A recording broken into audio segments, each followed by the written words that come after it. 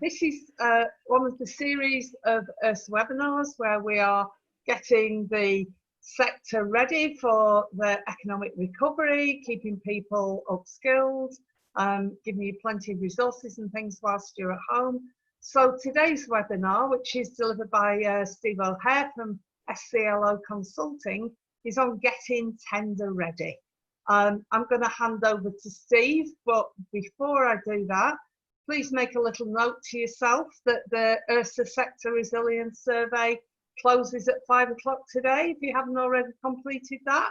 I'm going to prompt you again at the end, but for now, I'm going to hand over to Steve.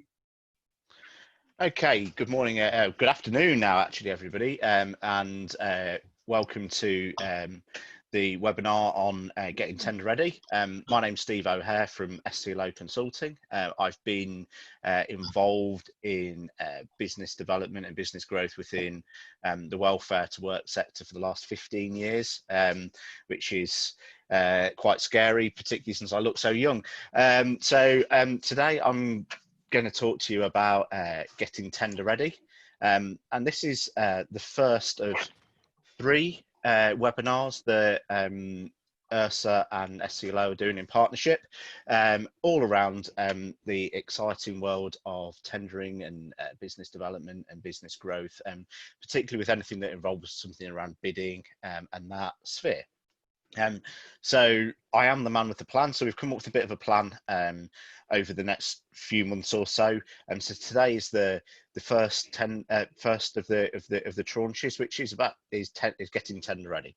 So this is all the things that we need to consider before we start getting to that point of tendering, and making sure we've got all our ducks in the line and making sure that we've got all those key bits all sorted out and ready to go. The second and third webinars build upon that.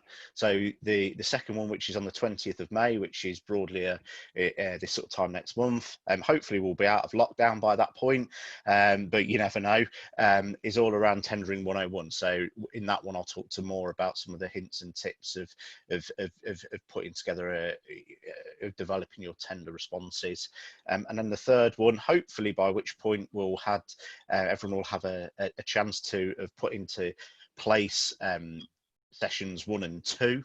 And you've had some tenders, we'll talk about how you improve your success rates and get better about what it is that you're doing. Okay, so in terms of today's agenda, I've broken the session down into 3, and each session will take each bit takes roughly about 10 minutes to get through. So it'll be roughly half an hour in total of me talking to you, with time for questions at the end. So hopefully we'll be able to do that. So the 3 bits is just to say this is the initial introductory section. So we're going to talk about what to tender for. So within that, why actually do we tender and why do we have to tender? Making sure that as our businesses, we understand what to tender for and what are the key things that will help drive our business forward. We'll then go on to start to make that plan. So making sure that you're able to sort of plan out what it is that you want to do from the tendering exercises and put an action plan in place. I think I put on the first thing, I'm the man with a plan. I love a plan and love a check sheet and love all that sort of stuff. So it just makes everything a little bit more structured and straightforward. What we're then going to look at is within every tender there are, generally speaking, there's variations on a theme. So we're going to look at the information that you need to do now, and within that there are standard questions. So within our sector, the majority of tendering activity is government focused. So actually there are standard stuff that governmental bodies require, whether that be central government departments, quangos, local authorities, devolved authorities, the whole shebang.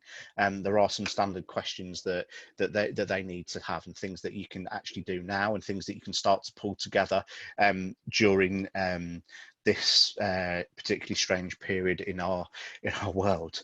We're then going to talk about getting our ducks in the line, so certain things that we just need to make sure that we've got, and things again that we can start to prepare and start to get ready in time for when the world returns to normal. And I'm sure everybody's been watching the news. This period of time is going to have an effect on our economy, and off the back of that, there will be a number of labour market activation schemes, a number of retraining, re-upskilling, parts where businesses, unfortunately, because of they've been closed, no matter, even I think the government's done a decent job at trying to get money to businesses. At least with that, there will be some who fall by the wayside, and we're going to need to look after our people. In this sector, particularly over the 15, 20 years I've been involved in it, it's always been fantastic at responding to those types of challenges.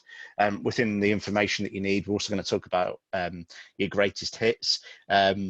Bidding can be a little bit dry, so I try and add a bit of humour into everything. So what we talk about our greatest hits is what separates us from everybody else and what makes us the best. And then we're going to go on to start looking at opportunities and start to see what opportunities are out there. Even in this period of time, there is stuff out there. It's not as buoyant as normal, but actually it's not completely dead. So within my business, I'm not struggling for stuff to do at the minute. I've got, there's stuff out there. So we're going to talk about how you find tender opportunities, start to look for tender opportunities. So within that, we're just going to cover off a little bit around public and private sector. I think the majority of stuff that you guys and people on this call will be within the public sector. However, it is useful to understand how the private sector works. And I imagine there will be some private sector charitable groups that will provide monies to support with a variety of different things. We're going to talk about where to find the opportunities, because actually, that's the first thing of knowing where to go and find what it is that you need to do. We're then going to talk a bit of gobbledygook and just try and demystify the sector a little bit, and talk about what are called CPV codes and a whole range of stuff, which is just useful information to have. You will get a copy of these slides afterwards, and these slides will help you go to where you need to go and help find opportunities. We're going to then just talk about the tools that are available to help you. There's a lot of free tools out there, which makes your life a little bit easier. And then you also have elements around what to respond to. So the key thing is, when there is opportunity, to make sure that you respond to the right opportunities for your business, and not just start to bid for absolutely everything, which can be detrimental to you in terms of time, success rates, and sometimes your business as a whole. Okay, so those that joined early, we were testing something out. I had, after months of my own laptop being wonderful, it decided to freeze on me about 20 minutes before I was due to log in. So I've had to use my son's computer, which thankfully is quite good. So we were a little bit late on testing the poll, but hopefully everybody will see a poll. So it's just to give me an understanding of who's on the call. So hopefully we should be able to launch a poll now. And just for those on the call, if you could tick 1 to 5. So, in terms of your confidence and experience in bidding for work, how confident are you, and what's your experience? Are you a complete novice? Do you have limited experience? Do you have some experience? Are you experienced and confident, or are you very confident? So just give people a minute to vote on that. So hopefully that should launch now.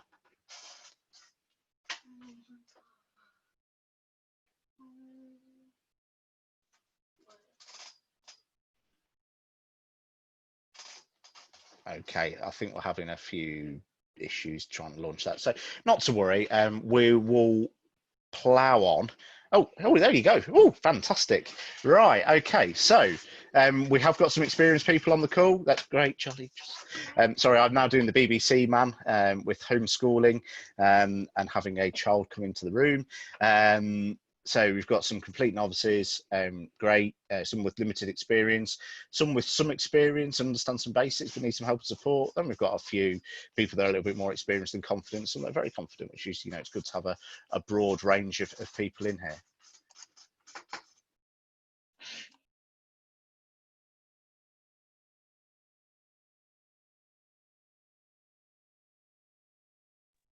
Okay, so in terms of the first part of the webinar, what to tender for and why to tender. So there's a number of reasons why we actually tender for things. And in terms of that, there are sort of 5 or 6 key things that we want to try and achieve. Fundamentally, it's about getting new income into our business. So whether that be grant funding or contractual funding or any number of things, we are looking to diversify our income and get new income streams. The second reason that we might tender is to replace existing contracts. So within our sector, contracts generally have a life cycle. Over the time I've been in here, they've increased from sort of like 6 months, 1 year contracts through to 5, 6, 7 year contracts. So if you look at things like the work program, work and health program, they went for a considerable period of time. But within that, we always need to replace those existing contracts.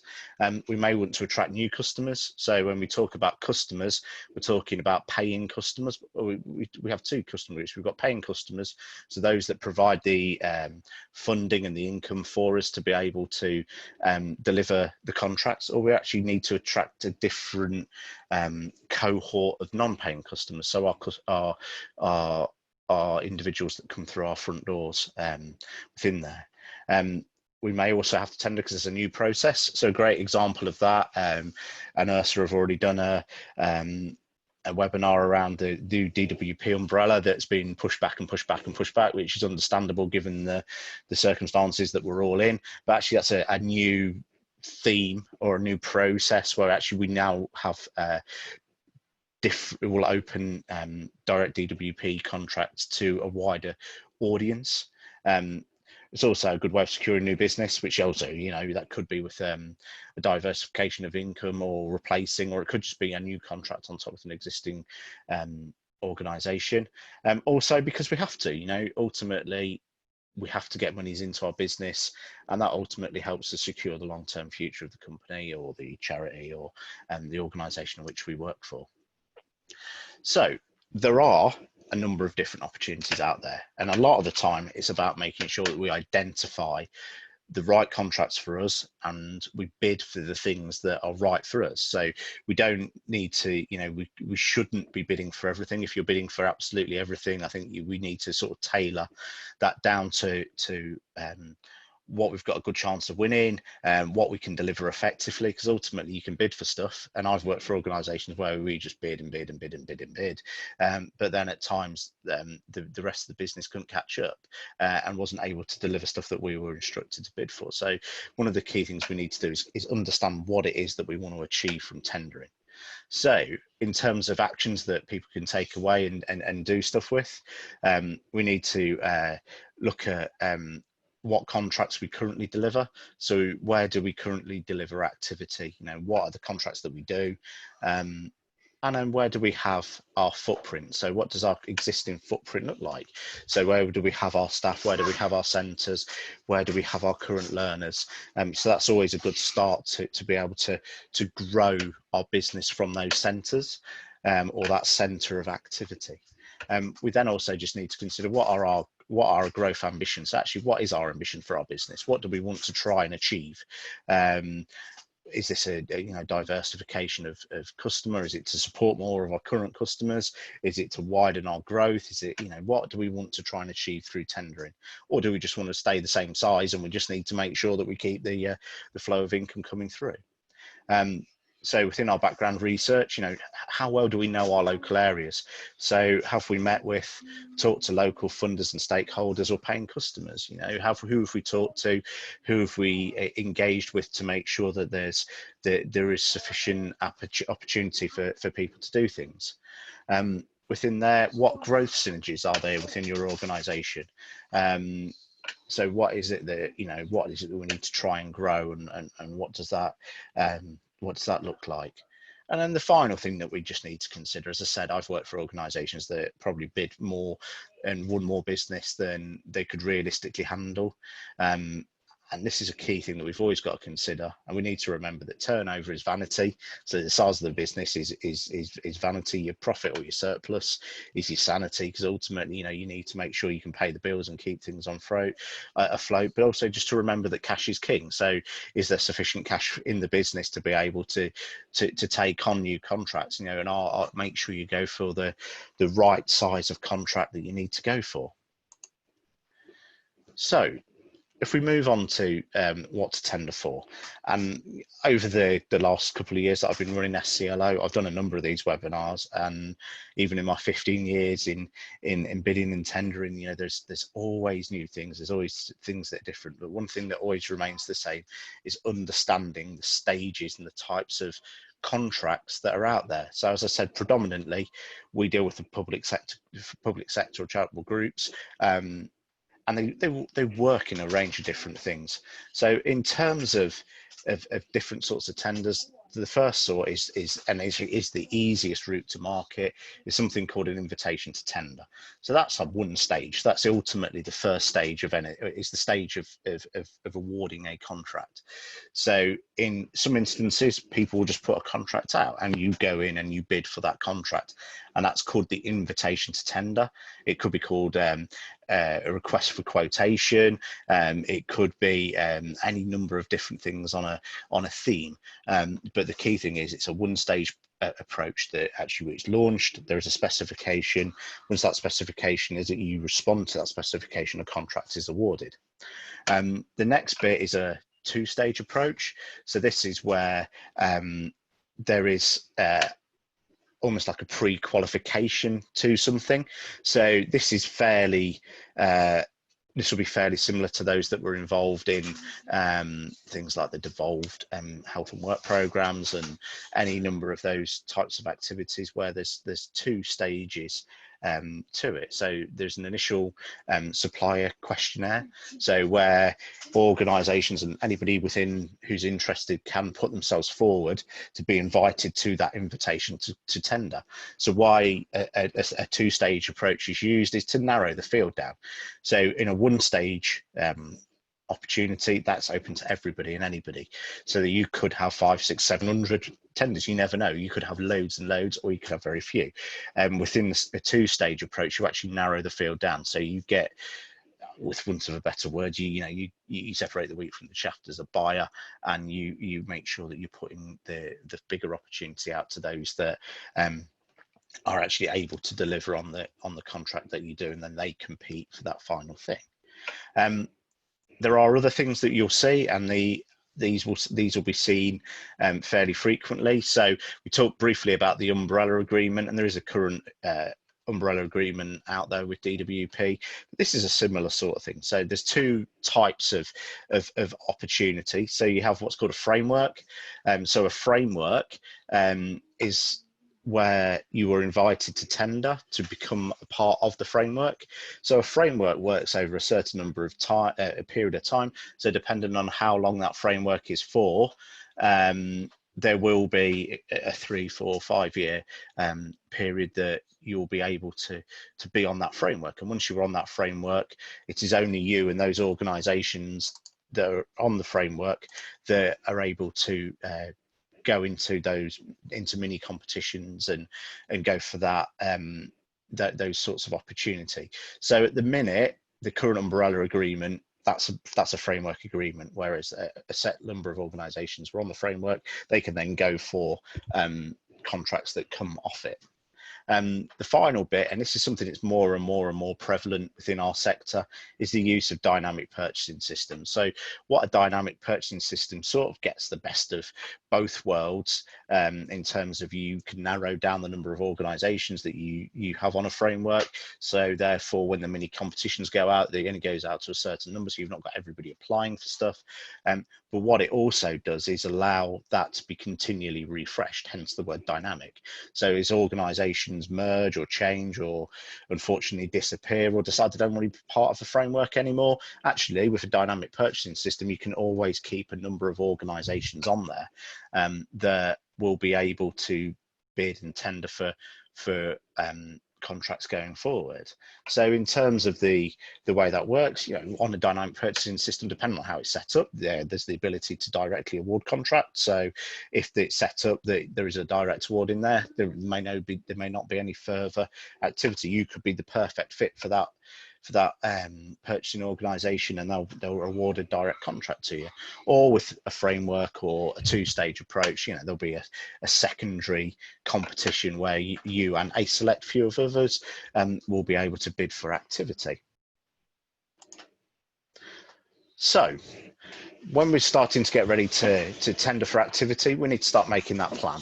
So if we think of things in a 5-stage approach, the first sort of step is to get any sort of stage 1 processes out of the way. So as we've shown on the previous slide, and I'll just go back to sort of show in detail what I mean. So this could be any supplier questionnaire, it could be the initial invitation on a framework, it could be the pre-qualification questionnaire invitation to tender on a dynamic purchasing system, or it could be a setup process in making sure that once we've identified a customer, we know what their route to market is and what's the system they're going to use to be able to engage with the marketplace in competition. So with a lot of these, this can be done at any time. So once you know what it is that you want to bid for, you can go and set up those processes. So one of the key things that I'm doing with my customers at the minute is actually just looking at what they've got coming in and making sure that when opportunities start to come through in abundance, that they're getting all the opportunity and they've got that full range of things that they'll be able to go for. Second stage is make sure you've got a bid library. And when I talk about a bid library, this is the information for you as a business. So these are things that you can start to pull together. So if you have a little bit of downtime at the moment as well, these are certain things you can build up about your business and have a bid repository of information of things that you can have. And it's all about what makes you different, what's your strengths, what's your weaknesses, and you can also make sure that all your information on all your systems is set up to date. So ultimately build a simple checklist so you've got all your documents, performance information is current, because ultimately this will just save you time further down the line. So while you don't have an impending deadline, it'd be good to get what's your job outcome rate, what's your current number of customers that you've worked with, and do those little bits that sometimes you end up rushing doing when you're going for a bid, where now you've got the time to be able to do that. So once we've done all those bits, we then need to go and make sure that we're selecting the right opportunity to really get into competition with. So make sure when we get to that what we bid for is right for you, because ultimately it's going to take some time to be able to bid for something. Make sure that you can add value to what it is that you're going to deliver, and ultimately have a chance of winning. So you're narrowing down what you're going for and making sure that you've got the right approach at that point. The fourth step, make sure you give yourself time to complete the bid. Ultimately, this is an opportunity for you to shine and be selected, and make sure you put your best foot forward. So don't try and do it at the last minute, because actually if you try and do things at the last minute, the number of organisations that fall over because they don't give themselves enough time is quite considerable. So what we need to make sure we've got that opportunity to bid effectively, get everything together, and put that best foot forward. And then the fifth step within your plan is actually make sure that once you bid for something, you give yourself time to analyse all your feedback. So whether you won, lost, or I don't think there is an in between, but whether you won or you lost, make sure you ask for feedback, review the feedback that you've had, and go through that in detail, so you can get better every time. And the only way you can get better is to continually do things. So we'll rip off a little bit of Norman Cook here, and rather than eat, sleep, rave, repeat, actually we want to eat, sleep, bid, repeat, because we need to just keep that process going, and it's an iterative process, and get better time and time and time again until you are winning on a regular basis. So I talked about standard questions. So if we look at the bottom of the slides, and when you get these slides, this will take you through to the government's standard selection questionnaire. So all government departments or governmental quangos or local authorities or devolved authorities are encouraged to use a standard selection questionnaire template. And this asks a number of different questions about an organisation and almost pre-qualifies them for being able to bid for further opportunities. So key things that are going to be on there are things like your company ownership. So actually who owns your company? Do you have who are your shareholders? Do you have persons of significant control? Who is it that actually owns the business that's being put forward? Within that company stuff, there is a number of company numbers that buying organisations want you to provide. So that could be a VAT number, it could be a DUNS number, which is a Dun and Bradstreet number. Not all organisations have those, and don't worry if you don't have one, it's something you can have. If you're in the skills arena and you want to bid for or upskilling with individuals, if you're doing stuff with the ESFA or even quite a lot of local authorities, they want to know what your UK provider reference number is, so UK PRN number. So at this stage, it would be good to actually put these into a little bit of a repository and have them so you can go to them time and time and time again, so you don't have to keep looking numbers up, because there's nothing more time consuming and painful than looking up the same number 13 times while you're doing a bid. In terms of the next bit that they want to go through, there are a range of standard governmental questions, and these are generally grounds for mandatory exclusion. So you just need to make sure that you've gone through these and make sure that there's nothing in there that your business has done previously that could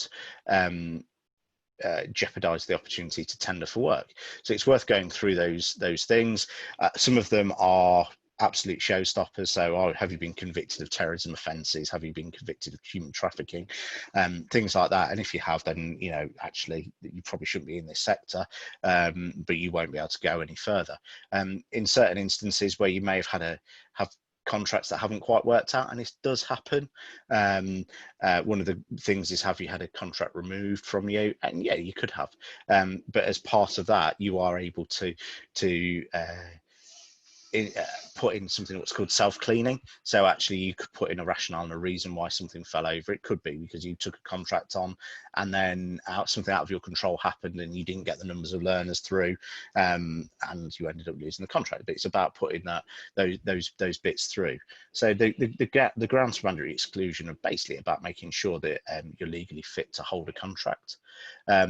One other thing that's a fairly recent part is, depending on the size of your business, is understanding that, do you have to do anything specific under the Modern Slavery Act?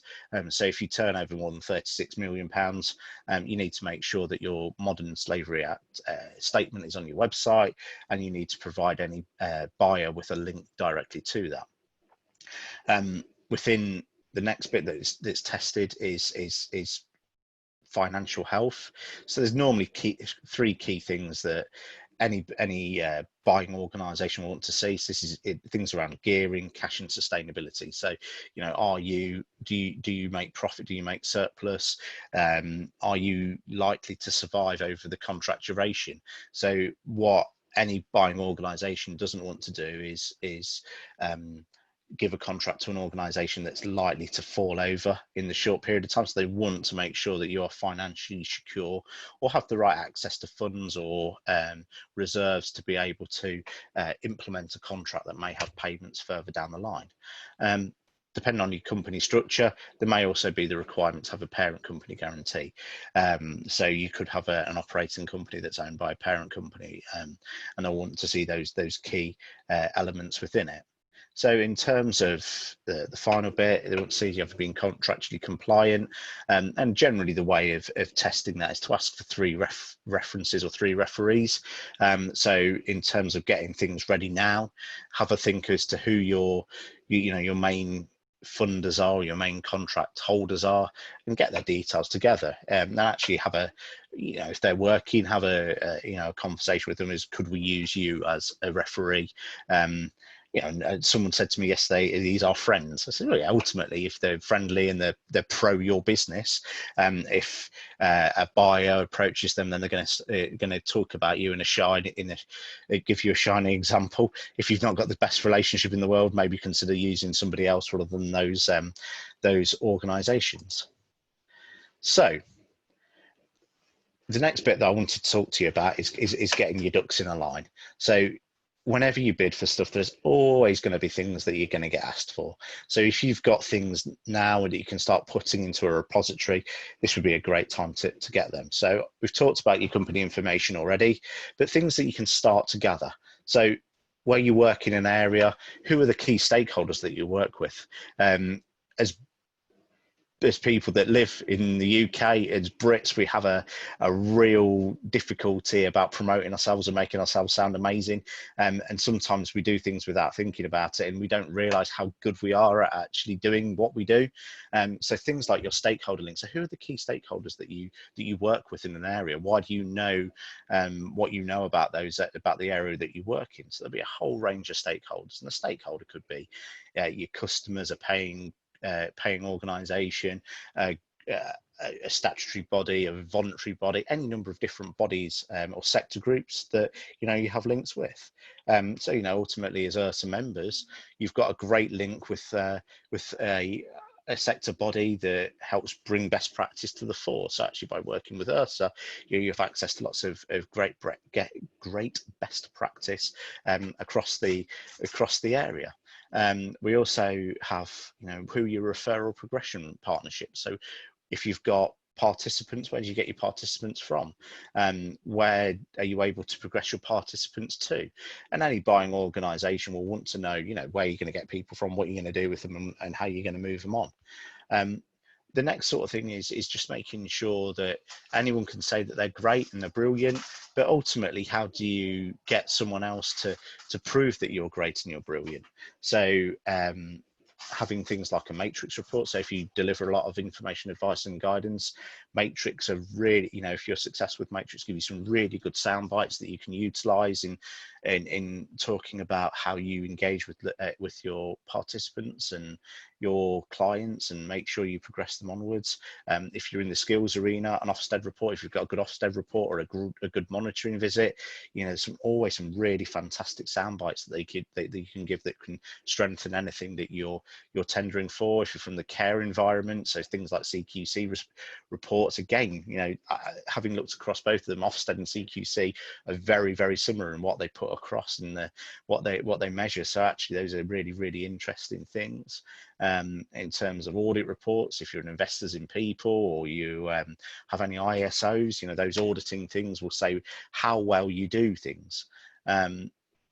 Best thing to always have is data, so numbers of things. So all of the your stakeholder links, how many stakeholders do you have, how many employees do you work with, how many partnerships do you have? So anything that gives a number makes things feel an awful lot more real for somebody who's marking your tender. So in terms of your participants, how many people start on your program, how many people achieve something on your program. So again, we need to consider where we're going into. So we went from a period of where achievement was about getting a qualification before getting into a job, and progressed into a period of where we needed to talk about achievement in a different way. So achievement was moving forward. So actually getting somebody a CV that didn't have a CV, and have that distance traveled was that achievement.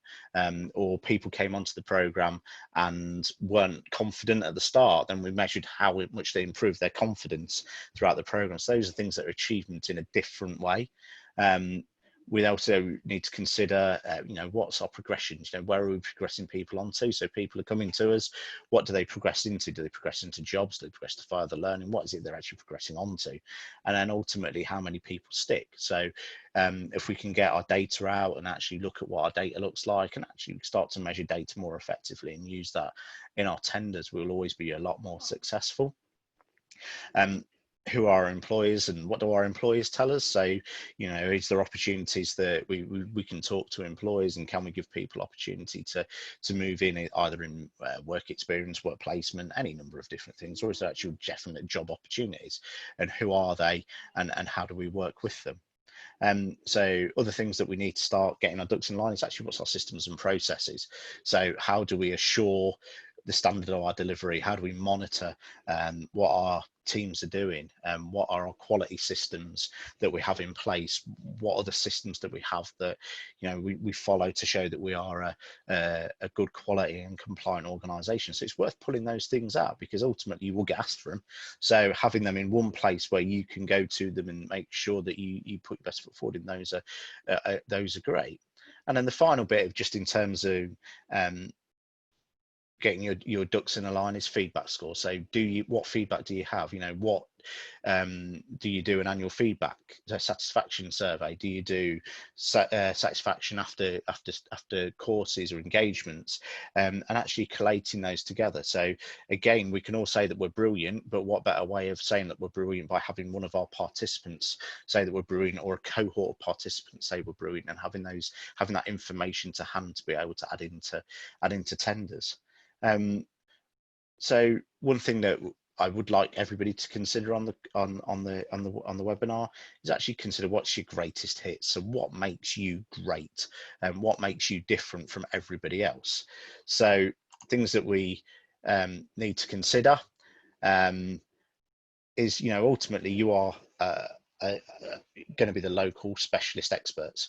So, what's your local specialist knowledge? What can you tell people about a specific area that isn't necessarily easily found on the internet? Anybody can sit and Google stuff, but actually when you read a good quality bid, you can see the difference between those that have that local knowledge, that genuine local knowledge, or those that have just utilized Mr. Google and Mr. Google's search capabilities. In terms of your greatest hits, so what really again separates your partners apart is what's your point of difference. So what makes you different?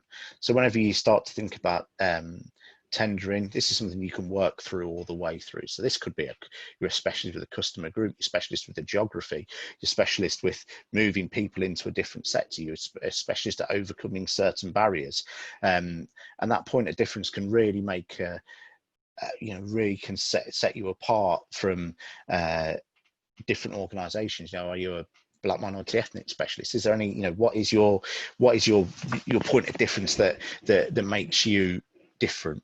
Then finally, in terms of your greatest hits, is any statements that you make sure you back them up with data. So basically data proves a point or proves points. It shows that you have an understanding of performance and the outcomes that your interventions bring. So you could say that we are a BME specialist, and then that's great, but actually saying you're a BME specialist and 92% of your program participants that come through the door are from that background, of which X, Y, or Z break down into the different groups. It gives you that structure around actually why, and backs up that achievement with numbers. You say you're great at getting people into work. Yeah, okay, good. But actually, what sort of percent of people get into work? It may not be a particularly high percentage, but if you're starting working with people with a low start point, what's the average sort of number that get into that sort of thing, and actually use those numbers against one another. I'll use an example from something that I've been doing with social media in the last few days. I did a post that got a 12% click through or something. I don't understand it, but my social media man does. But normally it's a 3% thing, would be a normal feed through from the type of activity that we were doing. So actually the thing that we did was 4 times better. So though 12 doesn't sound great, actually 4 times what it normally is absolutely fantastic. And the key thing about our greatest hits, and hence why I've put this lovely picture of now that's what we call music albums on the right hand side of the pages, we've got to keep updating what it is that we're doing, because actually what we were good at may not necessarily be what we're good at now, and organizations evolve and change over time. And I suppose to a certain extent the Now albums did that. So they went from, I think the lowest number on it is 2 up to 100 and something on these pictures. That's something that's been part of UK culture for 20-30 years, and that's always helps something grow. So if you keep your greatest hits up to date, you will always be current, you'll always be relevant, you'll always be within something that's going forward. Okay, so just moving into the last part of today's webinar, we're just going to talk about where you find your opportunities. So we've thought about what it is that we want to try and win. We've now pulled together all our information that's going to make us sound great. Right, so we now need to take that and put it towards opportunity. So there are two areas that we predominantly work with, and that's the public sector and the private sector. And it's always just worth understanding how these organisations work. So in the public sector, they're all governed, public sector organisations are governed by EU directives, which become UK legislation. One thing as well as we've obviously got the COVID-19 issue at the moment, but we are actually in the process of leaving the EU. We've not left yet. So at the minute, a lot of our contracts still, and the way in which we work, are governed by EU activity. There will be some changes post Brexit. I don't know what they'll be, but I can't see them being particularly massive, because ultimately it is good practice. Within the public sector, they have the public sector has the requirement to be open and transparent. So they need to publish what they're doing. They need to show people what they're doing. They need to direct people to them. They also have the requirement to drive and support SME businesses to be part of the supply chain. So if you're, if you're in an SME, there's nothing precluding you from tendering for activity. You've got to tender for the right activity and not go for things that you can't do. There's always lots of opportunity for organisations to grow, because that's what, that's good market stewardship. You want to have a range of organisations supporting a market.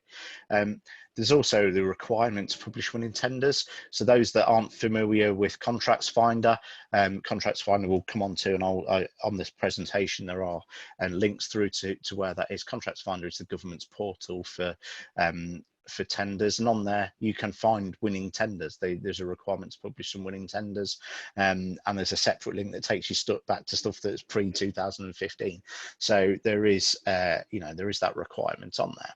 So in terms of the private sector, and I'll touch on this, I think it's useful knowledge for people to have, and it's more about the similarities rather than the differences, because actually a good private sector organisation will look very similar to a public sector organisation. So actually there's less governance, so there's less rigidity in what they have to do. However, a lot of stuff that's in our legislation is good practice, and is good buying practice. So they have more best practice approaches than rules, and a lot of large private sector organisations have those good practices in place. There's always a perception of greater flexibility and ability to show innovation. Yeah, that's true, because some of the ways in which they structure things may well be a little bit more flexible in that way, and you can show a little bit more innovation, whereas sometimes public sector stuff is very much, this is our spec, this is what we want you to tell us about, and this is our outcome. And then within any sort of private sector organisation, they do have, particularly large ones, have corporate social responsibility policies, which a lot of the time links to procurement. So if they've got a bigger contract, they will have within their contracts the need to have so many X percentage of people from the local area, X number of people that go through those things. So actually their procurement processes are very much like the public sector, where they have to drive in SME support. They need to drive in businesses to actually give a nice flexibility and a nice diversity to their own supply chains.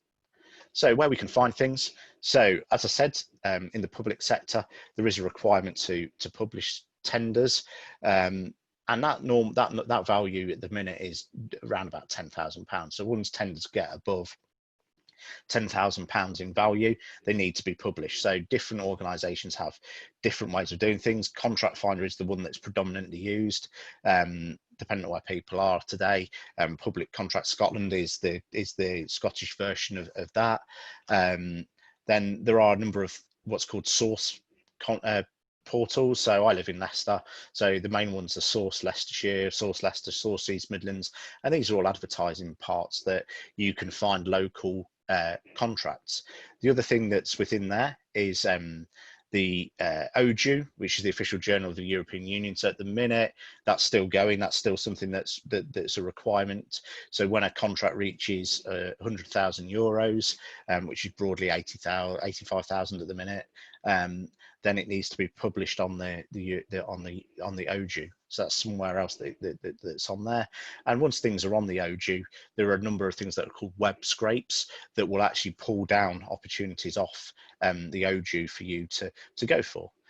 Within the private sector, there's no requirement to publish tenders. However, if you're following good practice, you'll want to publish things on your website. You want to make it as open for all that you can have, and things like company and trade press is great opportunities to be able to go and find opportunities, and things like B2B quote. It's a business to business quote, a good way of finding those private sector type opportunity. So in terms of what to look for, so most of our stuff at the minute is governed by EU activity. So the key things within here is they use procurement vocabulary. So when we talk about procurement vocabulary, it means that people are able to cluster opportunities together and make things easier to find. So the joy of language is what some people might call education, someone might call training, and what someone might call a client might call somebody a customer. So they fundamentally mean the same thing. It's just sometimes that the language gets lost. So clearly were part of the EU. So one of the key things they wanted to do is have consistency across everything that they were buying. And that was where the common procurement vocabulary came about. And it's called a CPV. And everything that's tendered has a code attached to it. So whenever you're searching for opportunities, you can either use keywords or you can use numbers. So the numbers that are relevant to us is 80 million. Why 80 million? I have no idea. It's just a number.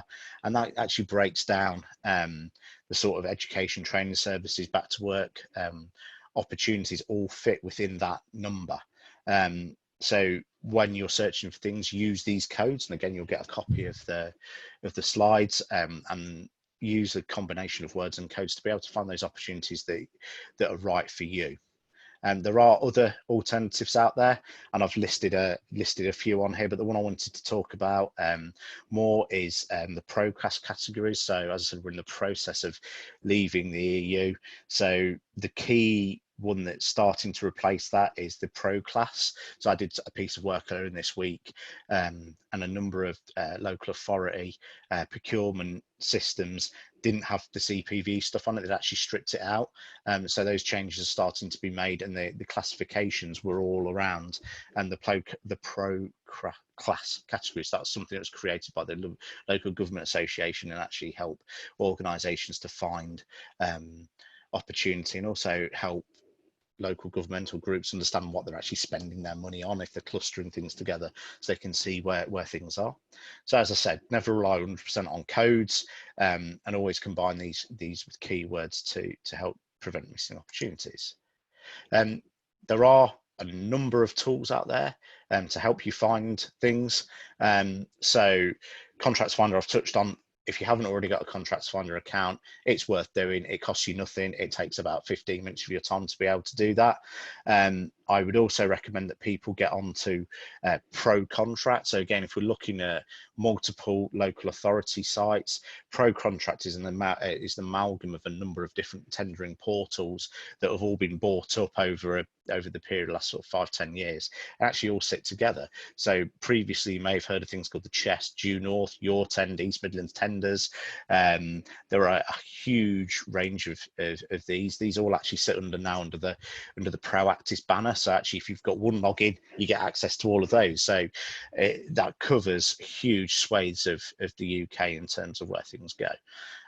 Other things that you can look at, I talked about the free bits of B2B quote previously, but Sell to Wales is a great tool to have. They've got a fantastic algorithm which scrapes the OJU a little bit more effectively than the Pro Contract site. So actually you tend to identify opportunities a little bit quicker sometimes as part of that. There are a number of paid for searches. So obviously as URSA members, you get the Tenderlake part of your membership. That's a great tool. That's a web scraping tool. And there are others out there that cost a variety of different amount of pounds and pence and do different things. So Kylie Consult do one. There's the Tracker Intelligence. There's Tenders Direct. So there's a range out there. So you can either have the free version, or if you pay a little bit of money, you can get something that's a little bit more user friendly and a little bit quicker to be able to use. But the thing with all paid searches is they give you a trial period to check that it's fit for purpose. So finally from me, once you start to see what opportunities are out there, you need to make sure that you plan again. Go back to your plan at the start. So what are your target priorities? Make sure that you've got targets of what it is that you want to go for and set the parameters around those targets. Look at the time frame that you're going to be bidding for. Now, is that a realistic time frame? Can you do that well? If you're going to bid for something, is it a punt, or do you have a chance of winning? I would always be inclined of putting effort into things you've got a real chance with. Try and avoid punting in for stuff, because sometimes that's just not a good use of your time. One thing to consider is, does the outcome justify the input? How big is the job compared to the contract value? So if it's a £2,000 contract and you've got to write 50 pages, do you really want to write 50 pages to win a £2,000 contract? You know, you've got to make that decision of what's a good contract to go for. And then actually, finally, it's, can you allocate the time to do it? So one thing to remember is a bid is a sales call. A bid is how you sell your organization. So if you are rushing it, you're not likely to do a good job. Make sure you're giving yourself the right time to be able to do it effectively. So questions. Anybody got any questions from that lot? We have a first one on the chat, Yeah. which is that small organisations are often at the end of the food chain. Yeah. What advice would you give them as they look to move forward to economic recovery after lockdown? Okay, so I think yeah, that's a good question. I mean, for me, as an organisation, you always want to try and have your own contracts.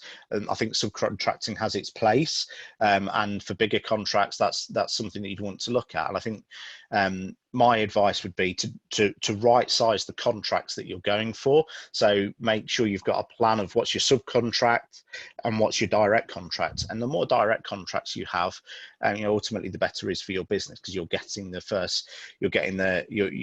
at the table rather than having the sort of like any other bits from the table. So the government have targets around having SMEs and smaller organisations engaged within activity. And again, I think the new umbrella agreement is a really good example of where DWP have looked at engaging with the wider market. So you could argue over the last sort of 5-10 years, the DWP have been very much focused on bigger organisations. But the way the new umbrella is broken down, there's different tiers. So different size organisations can get involved with direct contracts at a size that's suitable for them. So where the size is right for you to get to those contracts. I think that going forward, there will be a lot of smaller contracts available, and because they'll need to mobilize things more quickly. So organizations that are smaller in scale will be able to, in theory, mobilize more quickly, because you're at the front end of everything at the coalface, so you'll be able to get those things done. And in terms of what I would do, follow the process. You know, this is stuff that, you know, the process is the same whether you're a smaller organization or a much bigger organization. You know, if you set up alert systems on these search facilities, you know, you'll get the same things. You'll just make sure that you go for the right opportunity.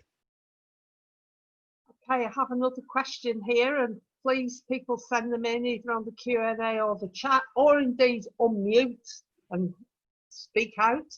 But the next one we've got is when putting in bids, tenders, people are being asked to provide many references, but are concerned about overburdening the referees. Yeah, Do you have any advice? And how often are the references taken up? So generally speaking, the key thing to remember is that they're not always taken up. Sometimes referees are given to by or asked for to see whether people can provide them or not, and have they actually got that reference. So and there may well be a quick phone call rather than people being asked to provide a really detailed part. What I would do is try and have a bank of referees. You shouldn't ever get asked for more than 3 at one go. And I appreciate the challenge that you don't want to overburden people. So have that conversation with the organisation firstly, to say, you know, we are looking to grow. There may well be some bits, and how, you know, have that honest conversation with them. If it's becoming a burden, then actually, you know, try and use some others. Vary the referees that you're putting in, so the same people aren't getting asked for stuff time and time again.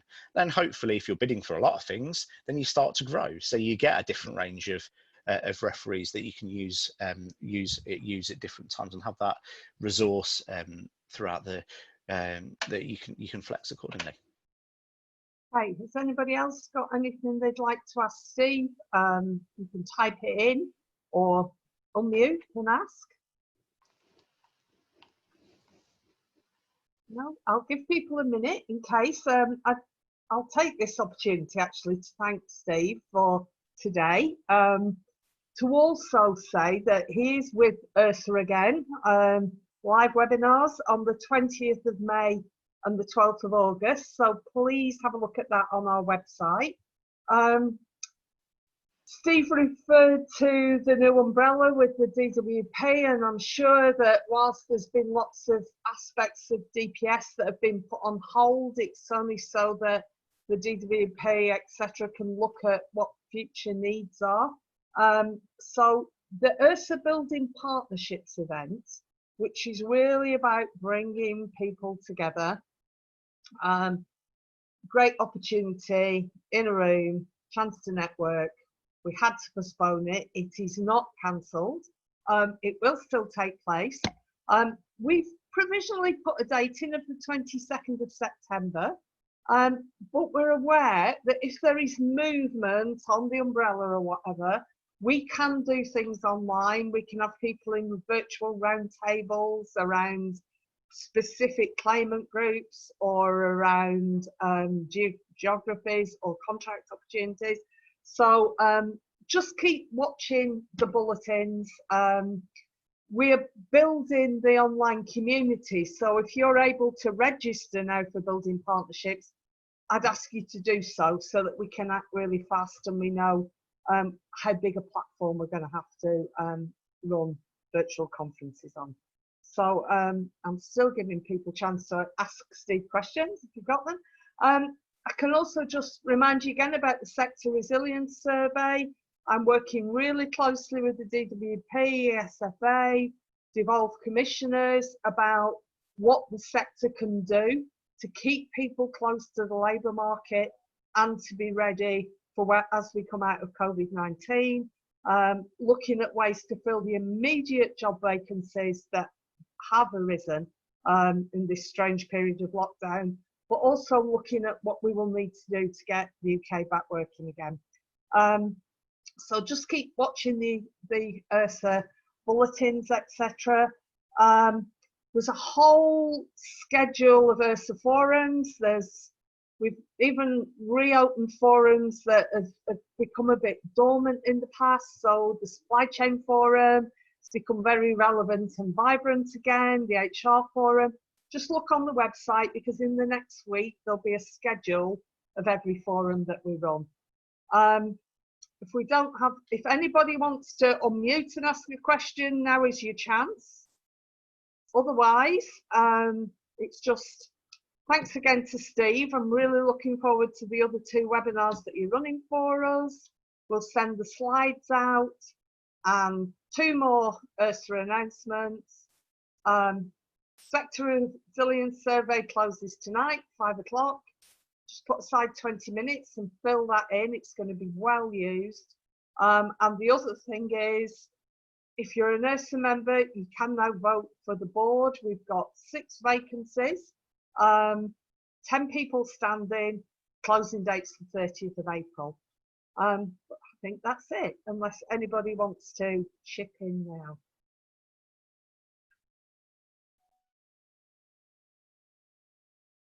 Okay, well, with that, thank you all. Hope that's been useful. We'll be together again soon. Bye bye.